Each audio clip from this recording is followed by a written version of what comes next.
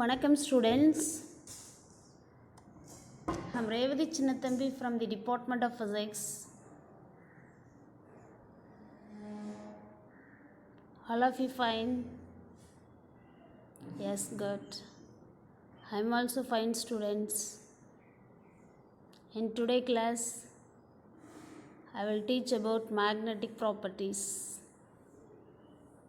Magnetic properties means we have classified the materials into two types, that is magnetic and non-magnetic materials. According to the behavior of or nature of that materials, we can classify that things. அதாவது இன்னைக்கு காந்த பண்புகள், பொருட்களோட காந்த பண்புகள் பற்றி தெரிஞ்சுக்க போகிறோம். அந்த காந்த பண்புகளை தெரிஞ்சுக்கிறதுக்கு என்னென்ன காரணிகள் தேவை அதெல்லாம் தெரிஞ்சுக்க போகிறோம். பொருட்களை காந்தத்தன்மை உள்ள பொருட்கள், காந்தத்தன்மையற்ற பொருட்கள் அப்படின்னு ரெண்டு வகையாக பிரித்து, அதெல்லாம் அந்த காந்தத்தன்மை உள்ள பொருட்களை காந்தமாக மாற்றுறதுக்கு, அதனோட காந்த இயல்பை தெரிஞ்சுக்கிறதுக்கு என்னென்ன காரணிகளை நம்ம வரையறை செய்யணும் அப்படிங்கிறத தான் இன்றைக்கி கிளாஸில் நம்ம தெரிஞ்சுக்க போகிறோம். சரிங்களா? கிளாஸ் ஸ்டார்ட் பண்ணலாமா? Okay.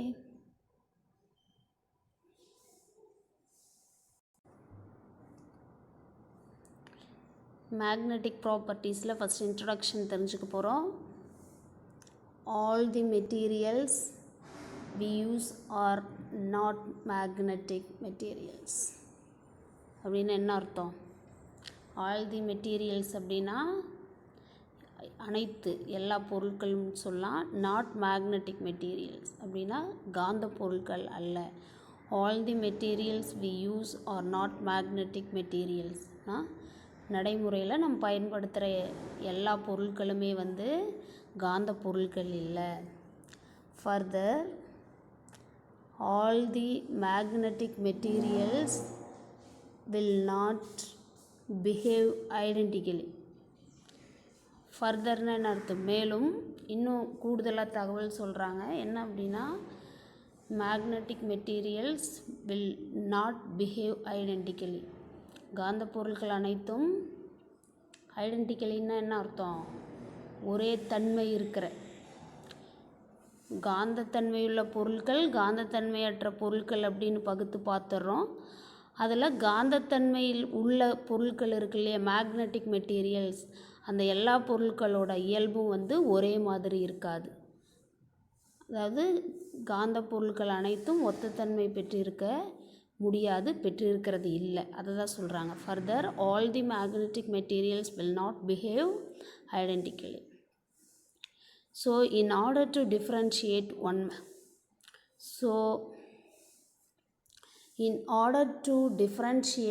one magnetic material from another, we need to know some basic parameters. இதான் மிஸ் சொல்லியிருந்தேன். இயற்கையில் எல்லா மேக்னெட்டிக் மெட்டீரியல்ஸோட நேச்சரும் ஒரே மாதிரி இருக்காது. அப்போது ஒரு மேக்னெட்டிக் மெட்டீரியலோட நேச்சர் இன்னொரு மேக்னெட்டிக் மெட்டீரியலோட நேச்சர்லேருந்து வேரி ஆகும். அப்போ அந்த வேரியேஷனை வேறுபடுத்தி நம்ம அறிஞ்சிக்கிறதுக்காக என்ன பண்ணுறோம் அப்படின்னா, சில பராமீட்டர்ஸை டிஃபைன் பண்ணுறோம். டிஃபைன் பண்ணி டிட்டர்மைன் பண்ணுறோம். அதுதான் சொல்கிறாங்க. All the materials we use are not magnetic materials. Further, all the magnetic materials will not behave identically. So, in order to differentiate one magnetic material from another, we need to know some basic parameters. Yes, நடைமுறையில் நம்ம பயன்படுத்துகிற எல்லா பொருட்களுமே காந்த பொருட்கள் அல்ல. மேலும் காந்த பொருட்கள் அனைத்தும் ஒத்த தன்மையை பெற்றிருக்கணுங்கிற அவசியம் இல்லை, பெற்றிருப்பது இல்லை. எனவே ஒரு காந்த பொருளிலிருந்து மற்றொரு காந்த பொருளை பிரித்தறிய சில அடிப்படை கூறுகளை அல்லது காரணிகளை நம்ம அறிஞ்சிக்கிறது அவசியம்னு சொல்கிறாங்க. அந்த காரணிகள் என்னென்ன அப்படிங்கிறத தான் அடுத்து நம்ம பார்க்க போகிறோம். Okay, fine.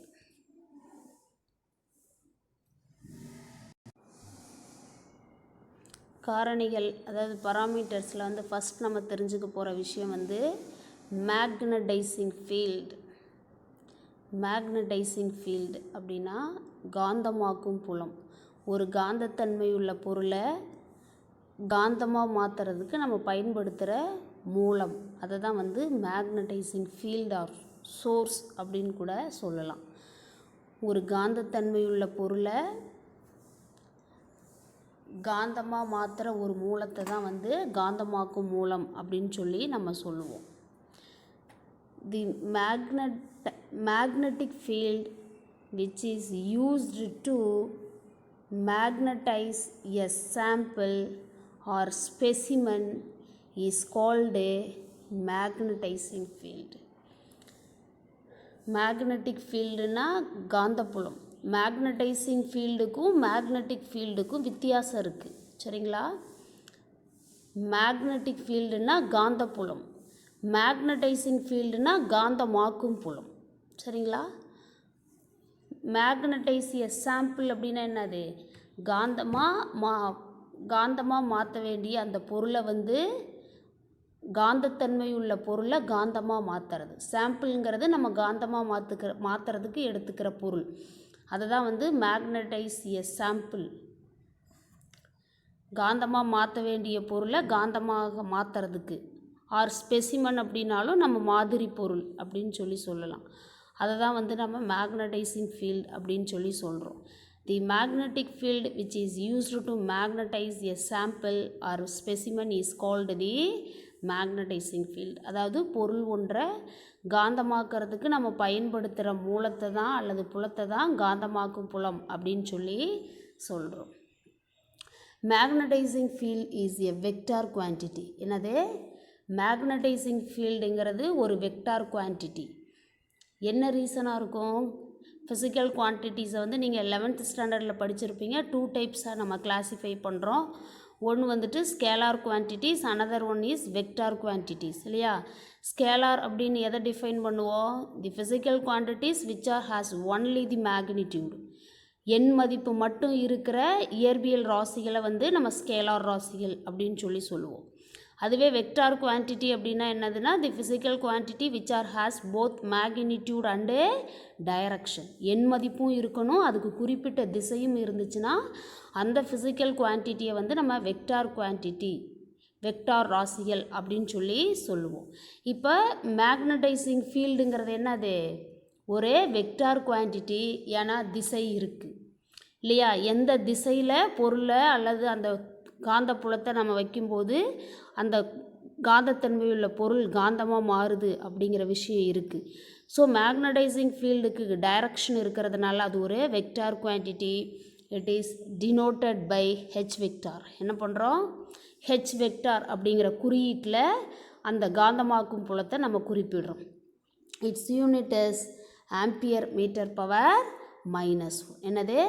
Ampere metre power -1. என்ன ரீசன் அப்படின்னு பார்த்தீங்கன்னா, அந்த மேக்னடைசிங் ஃபீல்டு நம்ம எப்படி டிஃபைன் பண்ணலாம் அப்படின்னு பார்த்தீங்கன்னா, கரண்ட் பர் யூனிட் லென்த்துன்னு சொல்லலாம். என்னது? Current per unit length. இப்போ கரண்ட்டுக்கு என்னது யூனிட்டு? ஏன்னு சொல்லலாம். கரண்ட்டுக்கு ஏ, அதுக்கப்புறம் லென்த்துக்கு மீட்டர். இப்போ இங்கே என்ன இருக்கு? ஆம்பியர் பர் மீட்டர்னு இருக்கும். இப்போ எஸ்ஐ சிஸ்டம் ஆஃப் யூனிட்ஸ் படி நம்ம என்ன செய்வோம்? யூனிட்ஸை வந்து இண்டெக்ஸ் நோட்டேஷனில் எழுதுவோம். அப்போ இந்த ஆம்பியர் அப்படிங்கிறது நியூமரேட்டரில் இருக்குது. இந்த மீட்டர் பவர் +1 நியூமரேட்டருக்கு போகும் பொழுது மீட்டர் பவர் -1. இந்த மேக்னடைசிங் ஃபீல்டுக்கு இன்னொரு யூனிட் என்னது? Ampere metre power -1. All of you clear with this? அதான் கரண்ட் பர் யூனிட் லென்த் அப்படின்னு சுருக்கமாக நம்ம டிஃபைன் பண்ணலாம். ஓகே,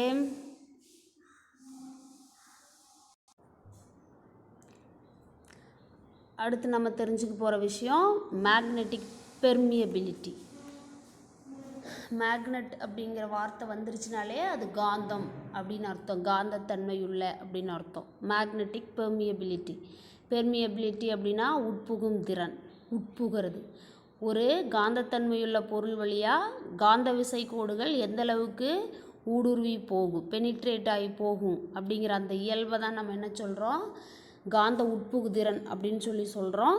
அது ஜென்ரல் ஸ்டேட்மெண்ட்டு. இவங்க என்ன சொல்கிறாங்கன்னு பார்க்கலாம் வாங்க. Magnetic permeability. Magnetic permeability can be defined as the measure of ability of the material. Underline this. The measure of the ability of the material to allow the passage of magnetic field lines through it. என்னது measure of ability அப்படின்னா என்ன அர்த்தம்? அளவீடு செய்கிற தன்மை யாரோடது? பொருள். Of the material அப்படின்னா அந்த பொருள், காந்தத்தன்மை உள்ள பொருள். Allow the passage of magnetic lines through இட்னா என்னது? ஒரு குறிப்பிட்ட அளவு காந்த விசை கோடுகளை தன் வழியே அனுமதிக்கிற அளவு அப்படின்னு சொல்லி சொல்கிறது. The magnetic permeability can be defined as the measure of ability of the material to allow the passage of magnetic field lines through it. அதாவது காந்த உட்புகுதிறனை நம்ம இந்த மாதிரி வரையறுக்கலாம். காந்தப்புல கோடுகளை தன் வழியே பாய அனுமதிக்கும் பொருளோட திறமை அப்படின்னு சொல்லி சொல்லலாம். என்னது? காந்தப்புல கோடுகளை தன் வழியே பாய அனுமதிக்கிற பொருளோட திறமையை வந்து நம்ம என்னன்னு சொல்லலாம்? காந்த உட்புகுதிறன் அப்படின்னு சொல்லி சொல்லலாம். ஆர் அப்படின்னு என்னது? அல்லது. measure of the capacity of the substance to take magnetization.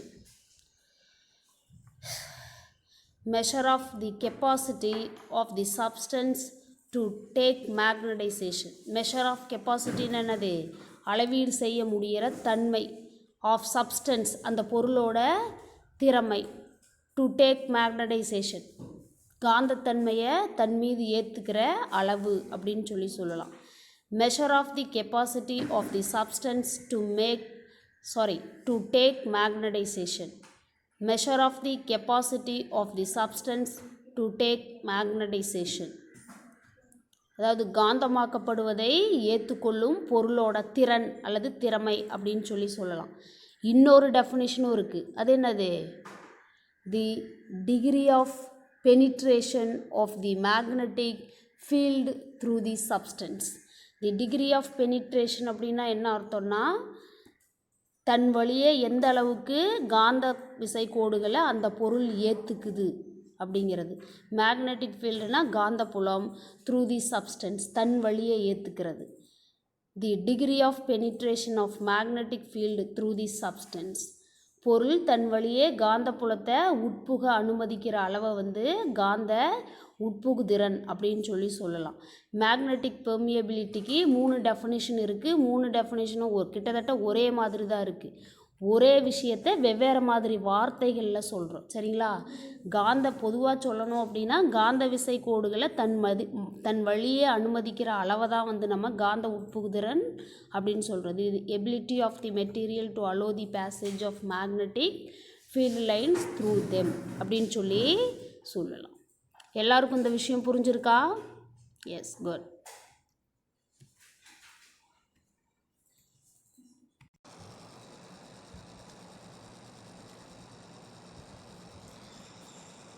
Magnetic பெர்மியபிலிட்டின்னு என்னன்னு தெரிஞ்சுக்கிட்டிங்களா? எஸ். ஒரு மேக்னெட்டிக் மெட்டீரியல் தன் வழியே அனுமதிக்கிற அந்த magnetic field strength or magnetic flux or magnetic field லைன்ஸோட குவான்டிட்டி அப்படின்னு சுருக்கமாக சொல்லலாம். சரிங்களா? In free space the permeability is denoted by mu naught. Free ஸ்பேஸ்னால் யார்? வேக்கம் ஆர் ஏர் மீடியம் சொல்லலாம். வேக்கம் ஆர் ஏர் மீடியம், காற்று அல்லது வெற்றிடத்தில் வந்து மேக்னெட்டிக் பெர்மியபிலிட்டியை வந்து மியூ நாட் அப்படின்னு சொல்லி நாம் ரெப்ரசன்ட் பண்ணுறோம். And for any medium it is denoted by mu except air and vacuum medium. The permeability represented by the symbol mu. காற்று வெற்றிடம் இந்த ஊடகங்களில் வந்து காந்த உட்புகுத்திறனை மியூ நாட்டுன்னு சொல்கிறோம். அதை தாண்டி மீதி இருக்கிற பருப்பொருள் ஊடகங்கள், மெட்டீரியல் மீடியம்னா பருப்பொருள் ஊடகங்கள், அதில் வந்துட்டு காந்த உட்புகுத்திறனை நம்ம மியூ அப்படின்னு சொல்லி சொல்கிறோம். சரிங்களா? அடுத்து நம்ம என்ன டிஃபைன் பண்ண போகிறோம் அப்படின்னா relative permeability. For example air medium and material medium present ஆகுது அப்படின்னா ஏர் மீடியத்தில் பெர்மியபிலிட்டி வந்து மியூ நாட்டுன்னு தெரியும், மெட்டீரியல் மீடியமில் மியூன்னு தெரியும். இது என்னது ரிலேட்டிவ் பெர்மியபிலிட்டி? வாங்க தெரிஞ்சுக்கலாம். தி relative permeability mu r is defined as the ratio between the absolute permeability of the medium to the permeability of the free space. அப்படின்னா என்ன அர்த்தம்? என்ன குட்டி அர்த்தம்? வெற்றிடத்தில் வந்து உட்புகுதிறனை மியூ நாட்டுன்னு எடுத்துக்கிறோம், மற்ற ஊடகத்தில் வந்து மியூன்னு எடுத்துக்கிறோம். இப்போ ரிலேட்டிவ் பெர்மியபிலிட்டி அப்படின்னா ஒப்புமை உட்புகுதிறன் அப்படின்னு சொல்லி பேர். அதை எப்படி வரையறுக்கிறது அப்படின்னு பார்த்தீங்கன்னா ஊடகத்தில் உட்புகுதிறனுக்கும் வெற்றிடத்தில் உட்புகுதிறனுக்கும் உள்ள தகவல் தான் நம்ம வந்து ஒப்புமை உட்புகுதிறன் மியூ நாட் அப்படின்னு சொல்லி டிஃபைன் பண்ணுறோம். தி ratio relative permeability is defined as the ratio between the permeability of the material medium and a permeability of the air medium. அதுதான் இங்கே mu r is equal to mu divided by mu naught அப்படின்னு சொல்லி represent பண்ணுறோம். Okay,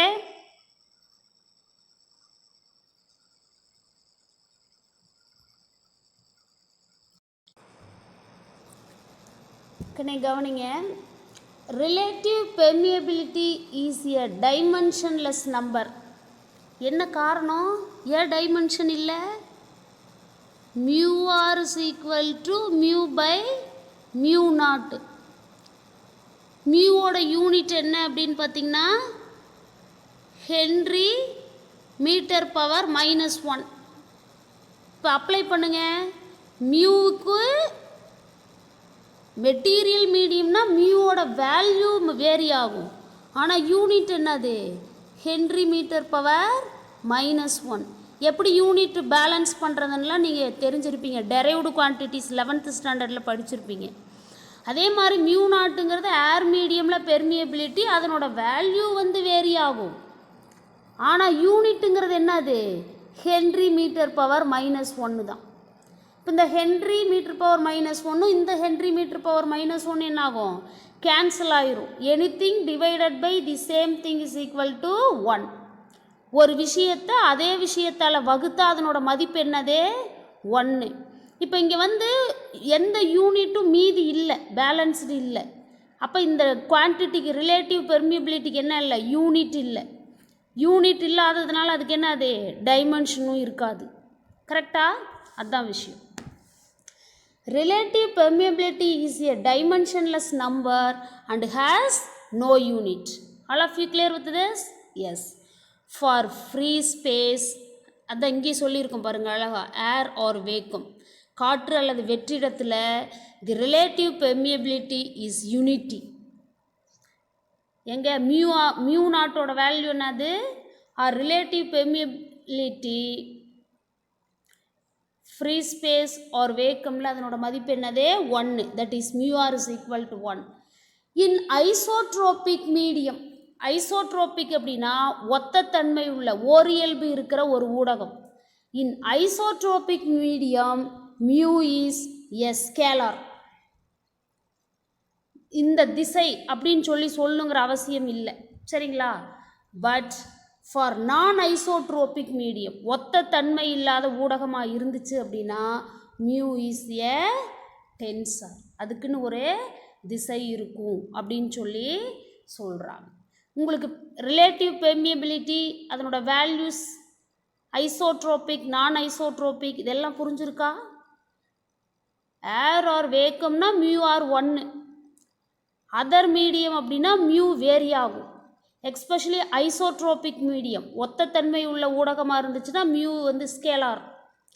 அதுவே நான் isotropic medium ஒத்தத்தன்மை இல்லாத ஓரியல்பு இல்லாத ஊடகமாக இருந்துச்சுன்னா மியூவோட வேல்யூ, மியூ ஆரோட வேல்யூ வந்து டென்சார் அப்படின்னு சொல்லி சொல்லலாம். ஓகே, கவனிங் குட்டி. அடுத்து நம்ம தெரிஞ்சுக்க போகிற ப்ராப்பர்ட்டி என்னது? Intensity of magnetisation. What is this? Intensity of magnetisation. Intensity அப்படின்னா செறிவு. இங்கே யார் இருக்கிறது? Magnetic field. அப்போ மேக்னெட்டிக் ஃபீல்டோட இன்டென்சிட்டி. இன்டென்சிட்டி ஆஃப் மேக்னடைசேஷன் அப்படின்னா காந்தமாக்கும் செறிவு. Any bulk material, any object of finite size, ஒரு குறிப்பிட்ட அளவு இருக்கிற ஒரு பொருளை பல்க் மெட்டீரியல் அப்படின்னு சொல்லி சொல்லுவோம். கண்டைன்ஸ்னால் பெற்றிருக்கிறது a large number of atoms.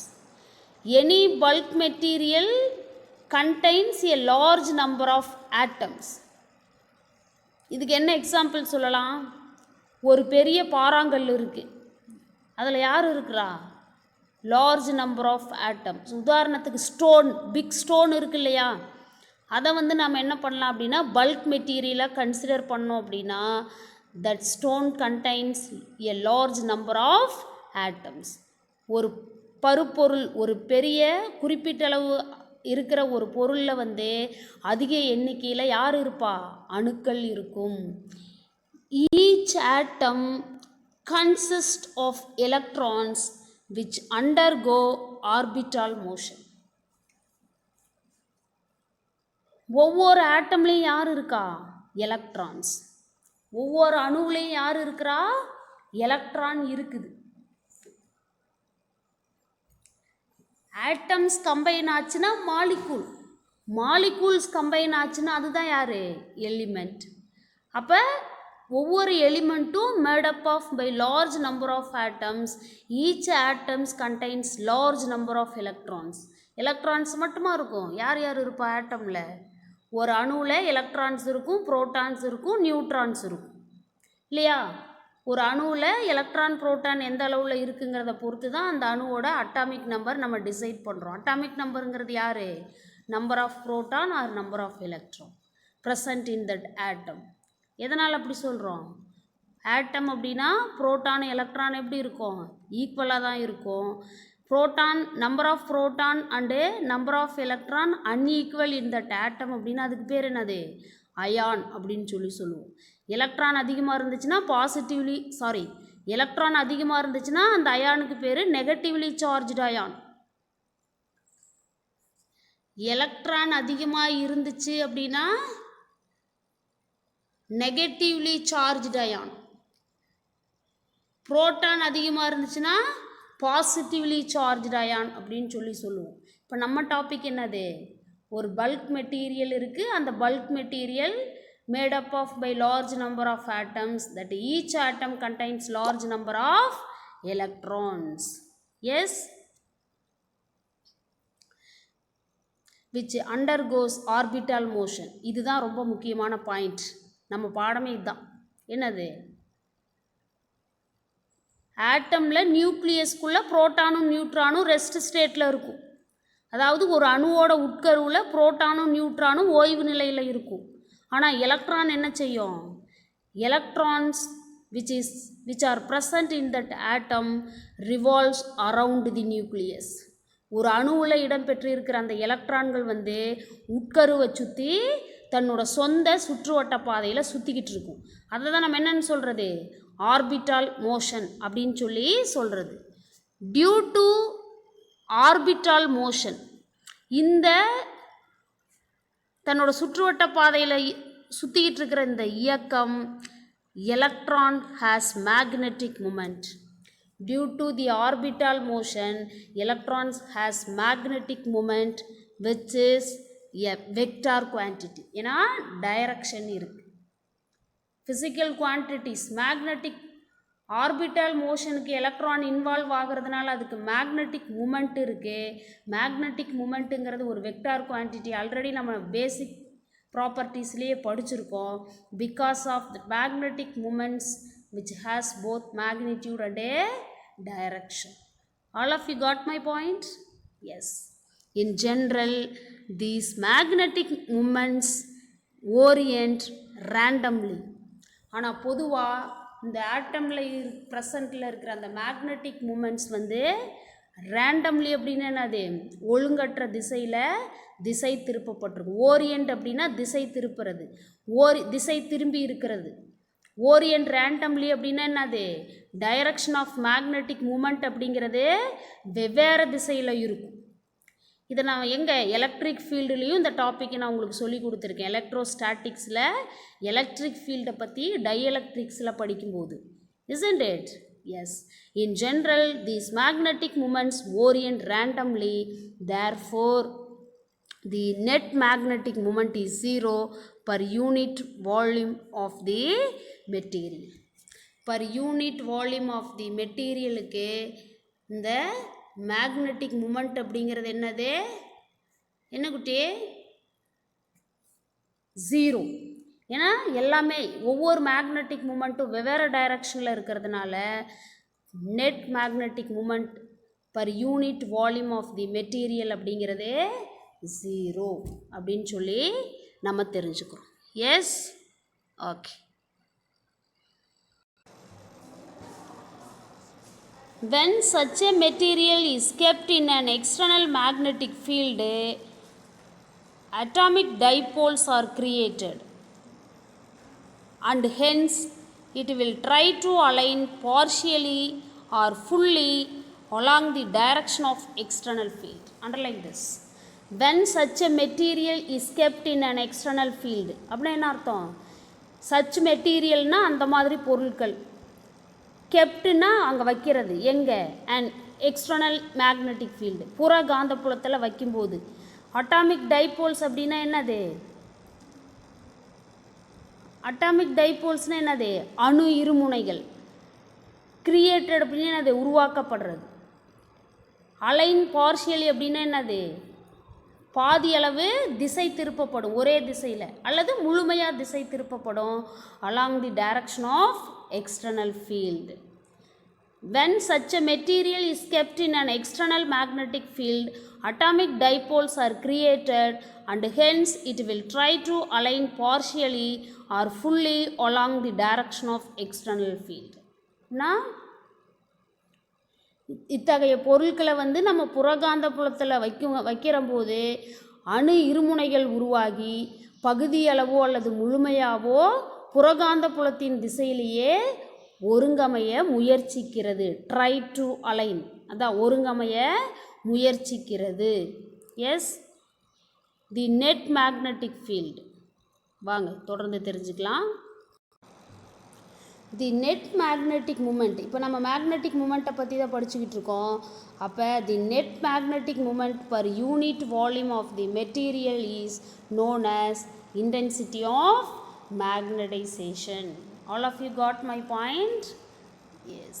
அதாவது இந்த மாதிரி தன்மை இருக்கிற பொருட்களை ஒரு புறகாந்த புலத்தில் வைக்கும்போது அணு இருமுனைகள் உருவாகி பகுதியளவோ அல்லது முழுமையாகவோ புறகாந்த புலத்தின் திசையில் ஒருங்கமைய முயற்சிக்கும். இப்போ ஓரளவு பருமனுக்கான பொருளின் இந்த தொகுபயன் காந்த திருப்பு திறனே காந்தமாகும் செறிவு அல்லது காந்தமாக்கும் செறிவு அப்படின்னு சொல்லி சொல்கிறோம். இதுக்கு இன்னொரு டெஃபினிஷன் இருக்குது, ஆர் மேக்னடைசேஷன் வெக்டார். இதுக்கு என்ன பேர், இன்டென்சிட்டி ஆஃப் மேக்னடைசேஷன் சொல்லலாம், ஆர் மேக்னடைசேஷன் வெக்டார்னு சொல்லலாம், ஆர் சிம்பிளாக மேக்னடைசேஷன் அப்படின்னு சொல்லலாம். It is a vector quantity. ஆனால் ஒரு திசையில் என்ன ஆகுது, ஓரியன்ட் ஆகுது, திசை திருப்பப்படுதுன்னு இப்போ தான் படித்தோம். இப்போ இந்த இன்டென்சிட்டி ஆஃப் மேக்னடைசேஷனை கேபிட்டல் எம்னு ரெப்ரசன்ட் பண்ணுறோம். That is equal to magnetic moment with respect to unit volume. Magnetic moment அப்படிங்கிறத வந்து பிஎம், டைபோல் மூமெண்ட்டுன்னா பி சொல்லுவோம். மேக்னெட்டிக் டைபோல் மூமெண்ட்டுங்கிறதுனால பிஎம் வெக்டார் ஆல்ரெடி நம்ம பேசிக் டெஃபினிஷன்லேயே படிச்சிருக்கோம், டிவைடட் பை யூனிட் வால்யூம். அதாவது M vector is equal to P M vector divided by V அப்படின்னு சொல்லி டிஃபைன் பண்ணலாம். The SI unit of intensity of magnetization is ampere meter power -1. எப்படி வந்துச்சு அது? மேக்னெட்டிக் டைபோல் மூமெண்ட்டோட unit ampere metre square by volume யார் metre cube. இப்போ இந்த மீட்டர் ஸ்கொயர் மீட்டர் கியூப்பில் கேன்சல் ஆயிடுச்சுன்னா மீதி மீட்டர் இருக்கும். மீதி யார் இருப்பா மீட்டர் இருக்கும். இப்போது இந்த ஆம்பியர் பர் மீட்டரை நம்ம என்னென்னு எழுதலாம் SI SI unit of international system of units படி எஸ்ஐ யூனிட்ஸை இண்டக்ஷன் நோட்டேஷனில் எழுதணும். அப்போ இந்த ஆம்பியர் பர் மீட்டரை ஆம்பியர் மீட்டர் பவர் -1ன்னு எழுதலாம். ஓகேங்களா, அதுதான் unit. The SI unit of intensity of magnetization is ampere metre power -1 for a bar magnet of pole strength qm and length 2l and area of cross section a. The magnetic moment of the bar magnet is அப்படின்னா என்ன அர்த்தம், ஒரு bar magnet எடுத்துக்கிறோம், அதனோட qm முனை வலிமையும் 2l நீளமும் a அளவுக்கு குறுக்கு பரப்பும் இருக்கிற ஒரு சட்டகாந்தத்தோட காந்த இருமுனை திருப்புத்திறன் அப்படிங்கிறது pm vector is equal to qm into 2l. இதெல்லாம் பேசிக் ப்ராப்பர்ட்டிஸ்லேயே நம்ம தெளிவாக படிச்சிருக்கோம். Yes, for a bar magnet of pole strength qm, length 2l and area of cross section a, the magnetic moment of the bar magnet is pm vector is equal to qm into 2l vector and volume of the bar magnet is v is equal to a into 2l. Length into ஏரியாவை என்னன்னு சொல்லலாம் வால்யூம்னு சொல்லலாம். இங்கே 2l வெக்டாருங்கிறதுனால modulus எடுக்கிறோம், ஏன்னா general ஃபார்முக்கு மாற்றணுங்கிறதுனால modulate பண்ணுறோம். அப்போ v is equal to a into modulus of 2l vector. Modulus of 2l vector is nothing but 2l. Therefore volume v is equal to 2l into a. The intensity of magnetization for a bar magnet is, இதை அடுத்து define பண்ணலாம். The intensity of magnetization of a bar magnet is defined as capital M vector is equal to magnetic moment by volume. அப்போ qm into 2l divided by 2l ஏன்னு கிடச்சிருக்குது. இப்போ இந்த 2l வெக்டாருக்கு நம்ம modulation எடுக்கிறோம், அப்போ 2lனு வந்துடும். இங்கே பார்த்தீங்களா, modulus of M vector is equal to எம்னு கிடைக்கும். அப்போ இந்த 2lலும் என்னது மாடுலேட் ஆகிருக்கும்.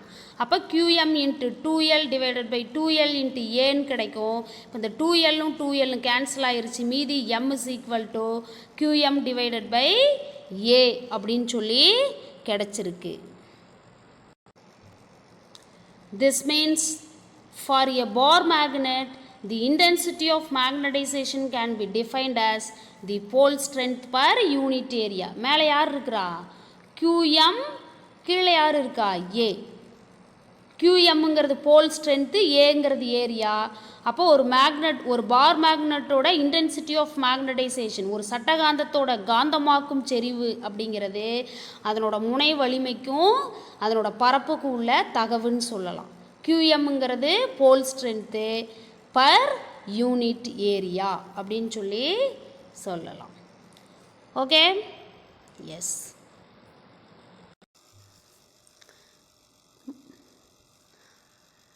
அடுத்து நம்ம தெரிஞ்சுக்க போகிற விஷயம் magnetic induction or total magnetic field.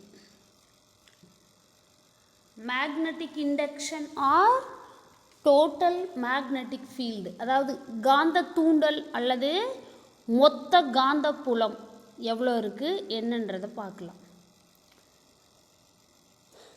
When a substance like soft iron bar is placed in an uniform magnetizing field H vector, it becomes a magnet, which means that the substance gets magnetized.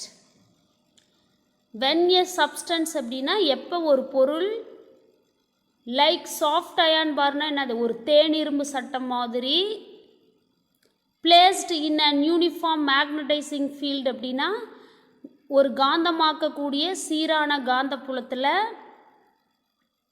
அல்லது காந்தமாக்கும் புலத்தில், becomes a magnet அப்படின்னா அது ஒரு காந்தமாக மாறும். Which means that the substance gets magnetized அப்படின்னா அந்த பொருள் காந்தமாக மாறப்போகுது, காந்தத்தன்மையை பெறப்போகுது அப்படின்னு சொல்கிறோம்.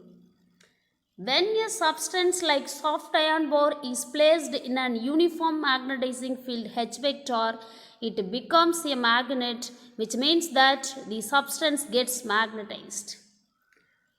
அதாவது தேனிரும்பு துண்டு போன்ற பொருட்களை சீரான காந்த புலத்தில் நம்ம வைக்கிறப்போ அல்லது காந்தமாக்கும் புலத்தில் வைக்கிறப்போ அந்த பொருள் காந்தமாக மாறும்.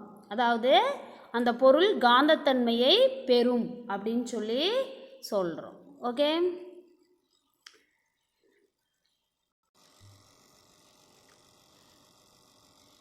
the magnetic induction, that is total magnetic field inside the specimen B vector, is equal to the sum of the magnetic field B naught produced in vacuum due to the magnetizing field, and the magnetic field Bm is due to the induced magnetization of the substance. அப்படி என்ன அர்த்தம்?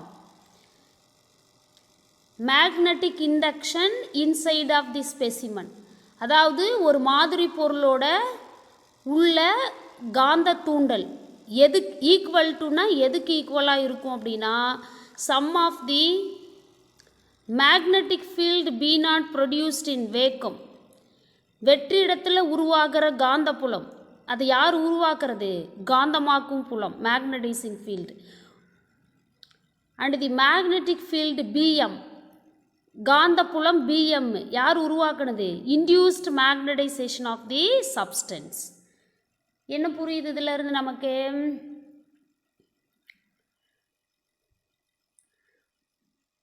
பொருளோட காந்த தூண்டல் அல்லது மொத்த காந்த புலம் அப்படிங்கிறது காந்தமாக்கும் புலத்தினால் வெற்றிடத்தில் உருவாக்கப்பட்ட காந்த புலத்திற்கும் காந்தமாக்கும் புலத்தினால் பொருளில் தூண்டப்பட்ட காந்த புலத்திற்கும் உள்ள கூடுதல் அப்படின்னு சொல்லலாம்.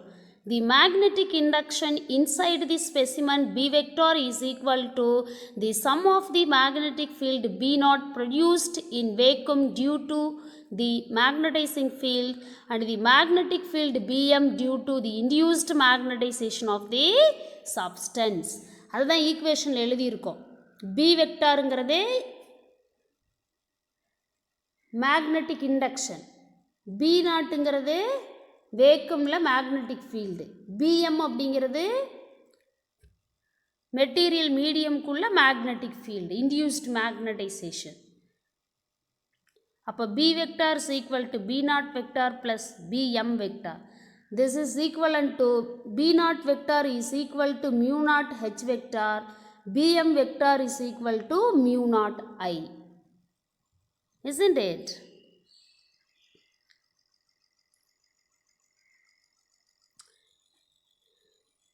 இப்போ என்ன பண்ணலாம்?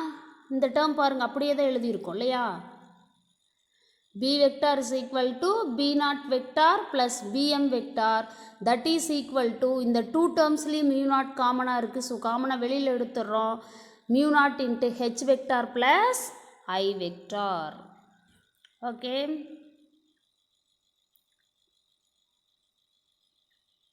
this is equivalent the value of magnetic induction or total magnetic field inside of the specimen or magnetizing object or material. Okay,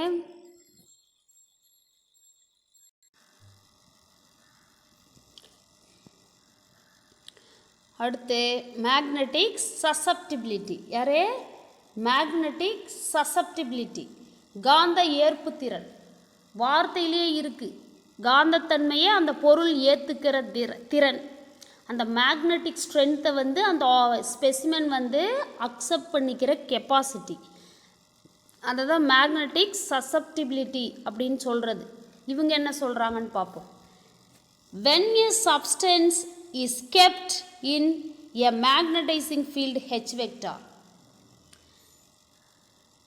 magnetic susceptibility gives information about how a material respond to the external magnetic field. அப்படின்னா என்ன அர்த்தம்? ஒரு specimen ஒரு பொருளை வந்து magnetising ஃபீல்டில் எடுத்து வைக்கும்போது அந்த பொருள் அந்த புறகாந்த புலத்துக்கு எந்த அளவுக்கு புறகாந்த தன்மையை ஏற்றுக்கிற மாதிரி இருக்குது, எந்த அளவுக்கு அந்த புறகாந்த புலத்தோட வலிமையை ஏற்றுக்கும் அப்படிங்கிறத நமக்கு கொடுக்கறது யார்? Susceptibility. When a substance is kept in a magnetizing field H vector, magnetic susceptibility gives information about how a material responds to the external magnetic field. பொருளை வந்து காந்தமாக்கும் புலத்தில் வைக்கும்போது அந்த பொருள் வெளியிலிருந்து அளிக்கப்படும் புறகாந்த புலத்தினால் எவ்வாறு பாதிக்கப்படுது அல்லது எந்த அளவுக்கு அந்த காந்த புலத்தை ஏற்றுக்குது அப்படிங்கிறத பற்றின விஷயத்தை நமக்கு கொடுக்கறது தான் யார்? காந்த ஏற்பு திறன்.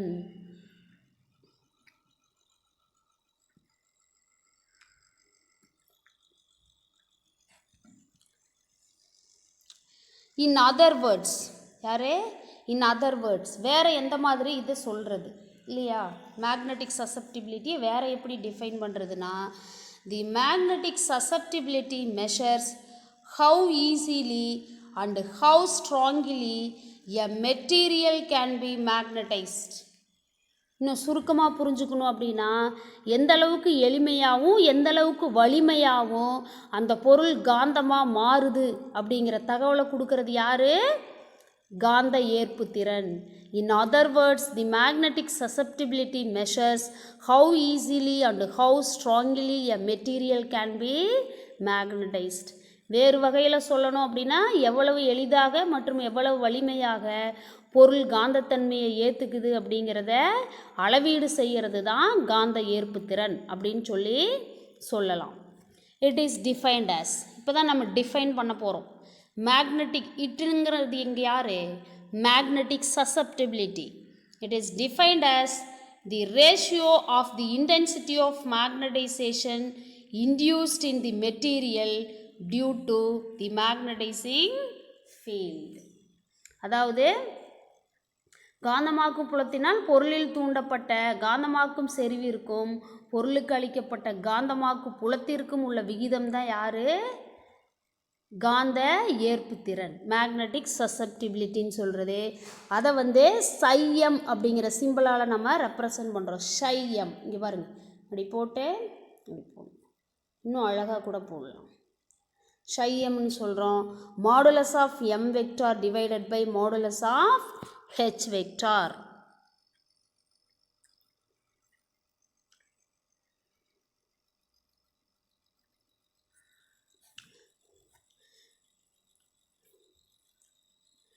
It is a dimensionless quantity. Magnetic சசப்டிபிலிட்டிக்கு டைமென்ஷன் கிடையாது, ஏன்னா யூனிட் கிடையாது. மாடுலஸ் ஆஃப் எம் வெக்டாரோட யூனிட்டும் ஆம்பியர் மீட்டர் பவர் -1, ஹெச்சோட யூனிட்டும் ஆம்பியர் மீட்டர் பவர் -1. அப்போ anything divided by the same thing is equal to 1. அப்போ மேக்னெட்டிக் சசப்டிபிலிட்டி ஷைஎம்க்கு யூனிட் கிடையாது, அதனால் டைமென்ஷன் கிடையாது. It is a dimensionless quantity for an isotropic medium. The susceptibility is a scalar. ஓரியல்பு தன்மை இருக்கிற மீடியம்னா காந்த ஏற்புத்திறன் சசப்டிபிலிட்டி வந்து scalar. But for non isotropic medium susceptibility is a tensor. ஓரியல்பு தன்மை இருக்கிற ஊடகங்கள் அல்லது மாதிரி பொருளாக இருந்துச்சுன்னா காந்த ஏற்புத்திறன் அப்படிங்கிறது ஸ்கேலார்.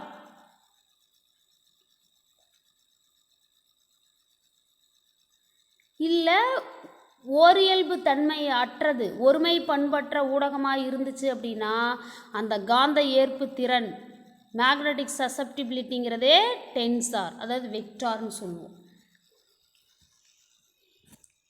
எல்லாருக்கும் இந்த டாபிக் கிளியராக புரிஞ்சுதா கண்ணுங்களா? அடுத்து என்ன சொல்லியிருக்காங்க? The magnetic susceptibility for some of the isotropic substances is given in that டேபிள்னு சொல்கிறாங்க. கீழே இருக்கிற டேபிளில் வந்து சில மெட்டீரியல்ஸோட மேக்னெட்டிக் சசப்டிபிலிட்டி நாங்கள் டிஸ்பிளே பண்ணியிருக்கோம் அப்படின்னு சொல்கிறாங்க. அந்த டேபிளை கோத்ரூ பண்ணிக்கோங்க. ஓகேங்களா? உங்களுக்கு மேக்னெட்டிக் ப்ராப்பர்ட்டிஸில் இருக்கிற எல்லா டாப்பிக்கும் கிளியராக புரிஞ்சுதா? எல்லாமே 2 மார்க்ஸ் அண்டே 1 மார்க்ஸ். டெஃபினிஷன் படிக்கணும், ஈக்குவேஷன் படிக்கணும், யூனிட் படிக்கணும். ஓகே,